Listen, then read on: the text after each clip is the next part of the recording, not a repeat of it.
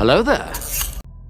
You can call me Marshall, and today we're working on Kahl Yôht Grendok. I think I pronounced that correctly. This is the store anniversary model from 2023, and it comes basically as any other anniversary model would, in a little bubble pack with instructions, complete with, rather detailed, basic though for construction. It's a Kahl, and then it comes with a nice little data sheet here detailing its Legends data sheet. So it literally released without any rules and is the second named character in all the Votann. But here he is, rather basic kit. Let's get on to actually building him.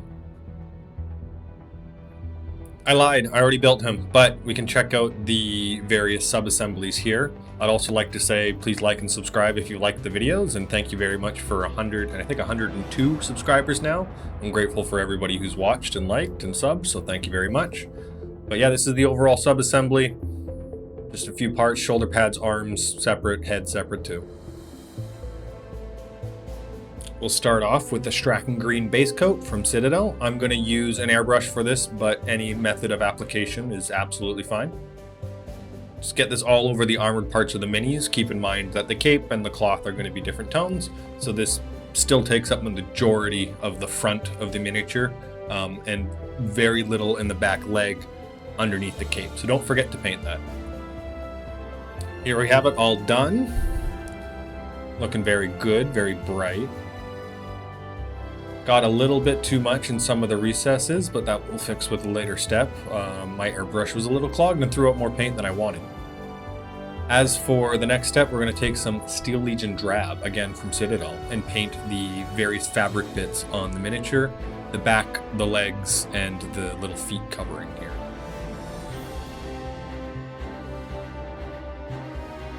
Here's what Karl looks like once you pick out all the little brown bits.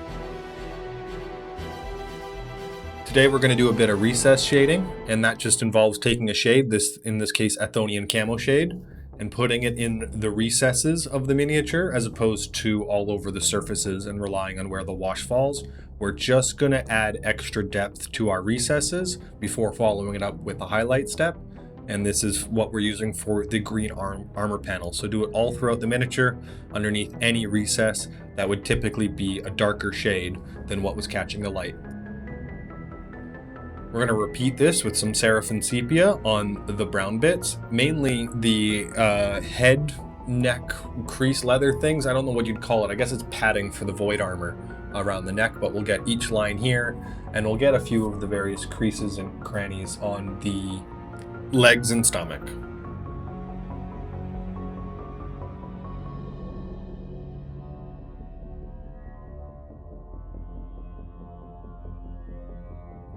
And here's what it looks like once done. As you can see, we've added depth to the miniature without having to lather it with a wash.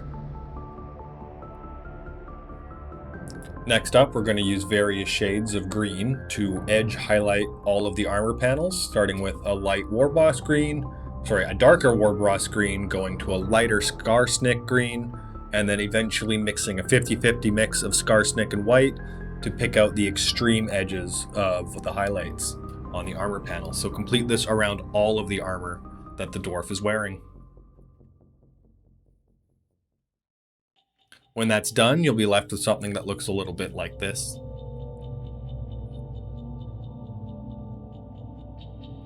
If you've seen any of my Votann content before, you know what's next. Take some Citadel Rhinox hide or any equivalent brown color from your paint brand of choice, stick it on a sponge, and just start sponging the armor to your heart's content. You can do light battle damage, heavy battle damage, is up to you.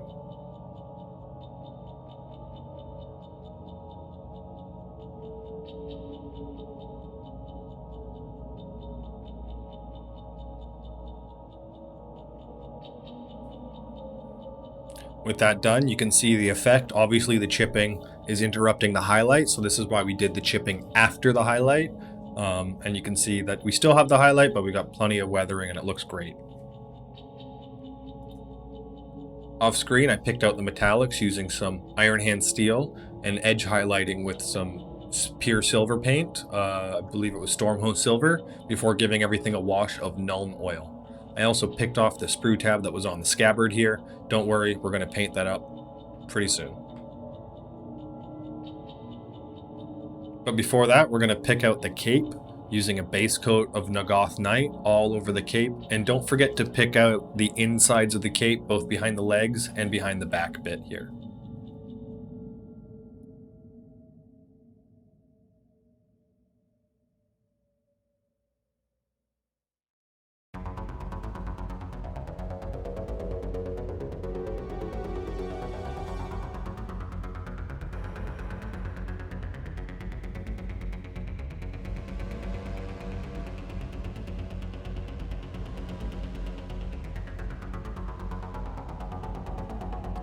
With that fully picked out, you're left with this. I tried to do my best to hide that seam line in the cape there, but I only was so successful. Next up, we're going to give the whole thing a wash with Carabug Crimson. Don't go too hard on this. You're going to want it to pool in the recesses, but not too heavily on the flat surfaces. We're just going to use it to shift the tone a little bit darker on the flat surfaces, as well as to give us some depth to our recesses. This is the first time on the channel I believe I'm using a dry paint. This is Lucius Lilac, dry brushed all over the cape. And this is going to be again followed up with some Slanesh Gray, also dry brushed over the cape for that extreme highlight here. Do this to however you want. You can do it subtle, you can do it heavy. It's really however you want this to be, whether you want it to be a darker, grungier cape or a more vibrant, highlighted cape. That's really up to you. You could even throw in an extreme highlight of white scar once you're done to make it really pop.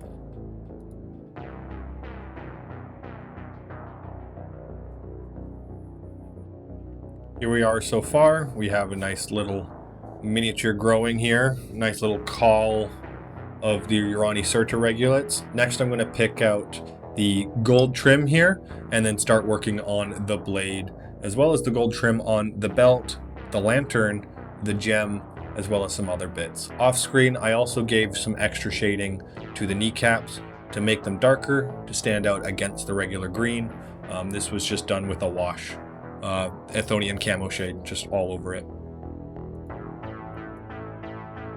We'd start by picking out the scabbard with some Rhinox hide.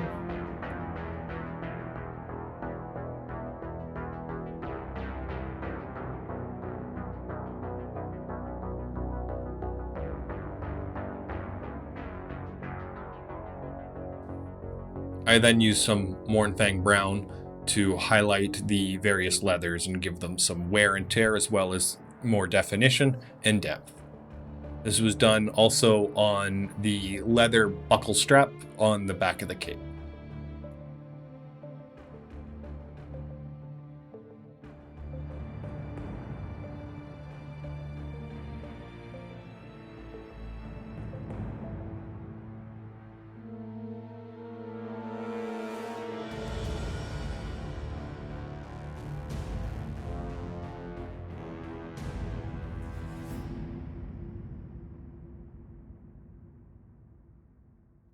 I did the hilt with my traditional fine wrapped hilt using some Screamer Pink as its base coat before using Pink Horror along the edges of the various wraps to create a highlight for the hilt. This was then given a wash of Carabug Crimson to accentuate the depth and unify the highlights with the base tones there.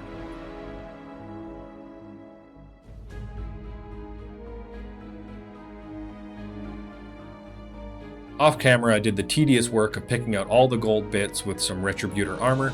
This is a Citadel paint. It's my go-to for gold for most cases.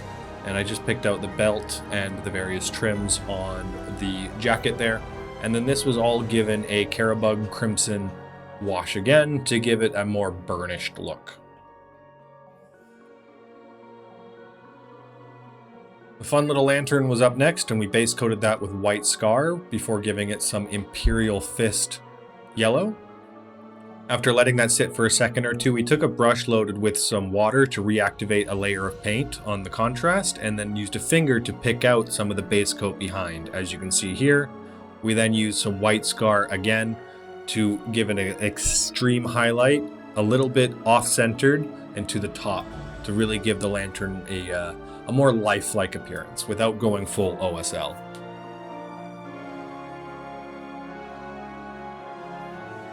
We'd start by with the gem by picking it out with some white scar. This is a pure white over a metallic, so remember, thin your paints and it's going to take a coat or two. You can layer up from a gray if you want to make it a little bit easier, but whatever, just 3-4 thin coats of white scar will do it. Another contrast paint is going to come into play here with some Magos purple. We're going to paint all over that white square we just made, with a real focus on the recesses and a little bit more paint in the middle of the gem to create like an effect of density. Density in the middle, the hardest point of this gemstone.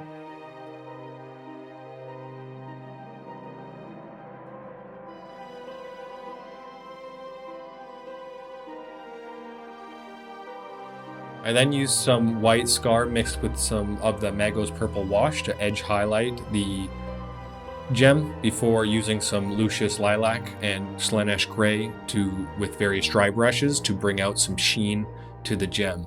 In the end, I wasn't super happy with it. I don't hate it. I don't hate this result. I think it kind of creates a similar effect to the box, but it's definitely a weakness, and I need to get better at things like gems and reflections, and it's something I need to work on. I'm going to 3D print up a bunch of minis, I think, just for that kind of practice.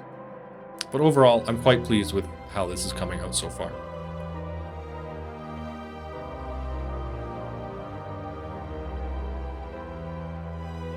Now, before Karl can go to battle, I need to get him on his base, so I gave a little bit of a dry brush treatment, the same dry brush treatment I gave the cape to the gemstones underneath the rock of the base here to create some amethyst stones. The base would then get a base coat with some storm vermin fur all over the rock.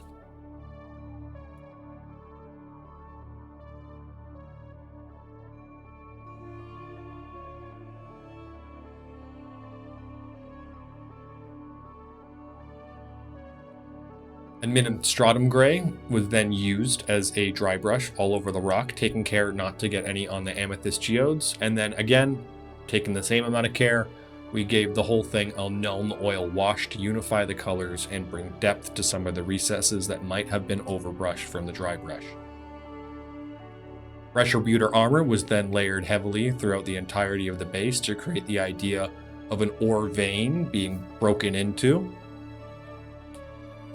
Carabung Crimson was used as its wash once again. And then finally, I used some astrogranite debris to layer on some stone-like texture paste all over the base, but not covering up everything. Again, I wanted to look like a vein of ore that has been prospected or found by the kin here. So Karl is standing on a little rocky outcropping. So we just lay this all over where you want it, before giving everything the same dry brush as we gave the rock. So in this case, it's Administratum gray.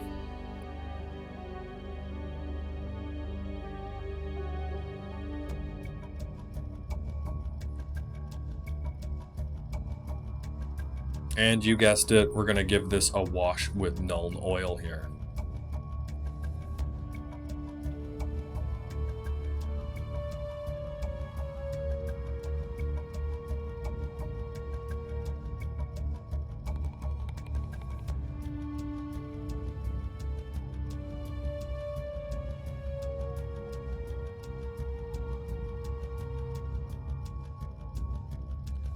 We're at the midway point here, I'd say, and I finished up the backpack as well off screen. It was identical process to everything we've done so far. The only thing I've done differently here is I mixed up a Retributor armor and Canoptic alloy mix to highlight the top of the lion's heads before giving them the wash, and this gives it a much more highlighted and reflective effect from above, and I think for this larger gold piece looks really good. I'm quite pleased with how that came out. While we're nearing the end, we're not done yet. So I took some corn red and picked out the tail details of the sword arm. Keep in mind, again, everything else you see on the sword arm was done identical to the steps beforehand: the green, the browns, the metallics, everything.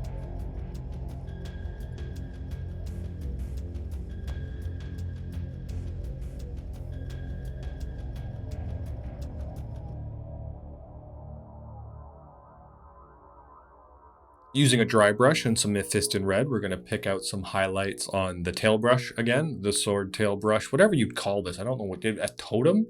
Sure, it's a totem.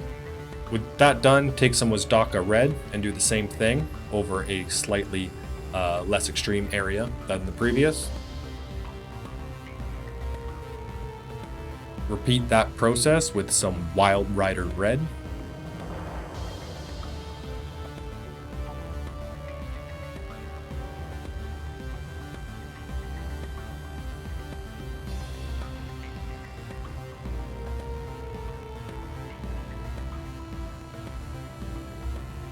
Repeat this with Troll Slayer Orange, again, reducing the area of paint coverage.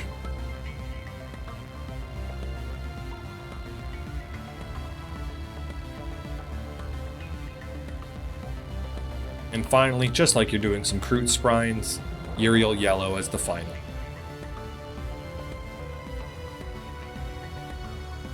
Followed by a Carabug Crimson Wash. I feel like I'm adding an M to that. Like, I don't know if I'm saying, like, I don't know why. It's gotta stop.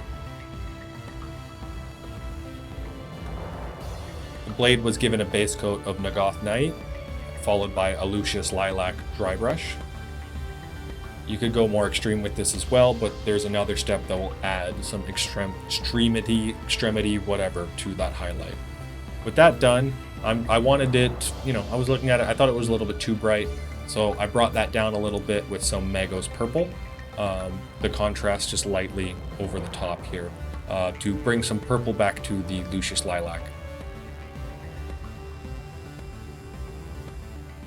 Finally, I highlighted the blade with a white scar. This created a very hard edge effect to the blade, while also allowing me to have a kind of a easy weathered kind of dispersion of energy effect throughout the blade.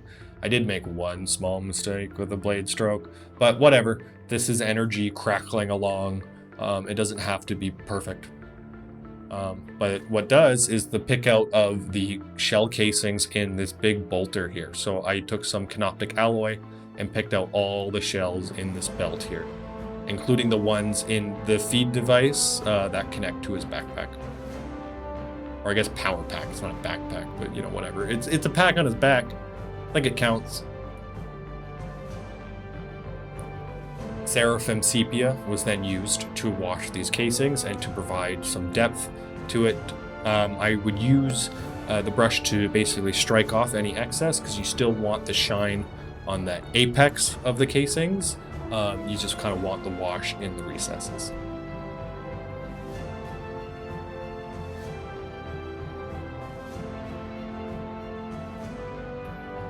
Now I'm going to paint the head off screen. I have previous videos covering how I paint heads, including the one in the card you'll see here.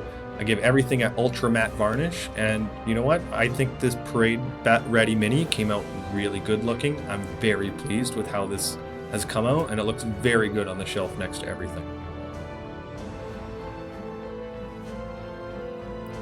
Don't forget to like and subscribe so we can get to the next goal of 150. Thanks for watching the entire video, and enjoy the comparison of my old Kahl painted when the army box came out and my new Kahl painted up, well, over the course of this video. Enjoy.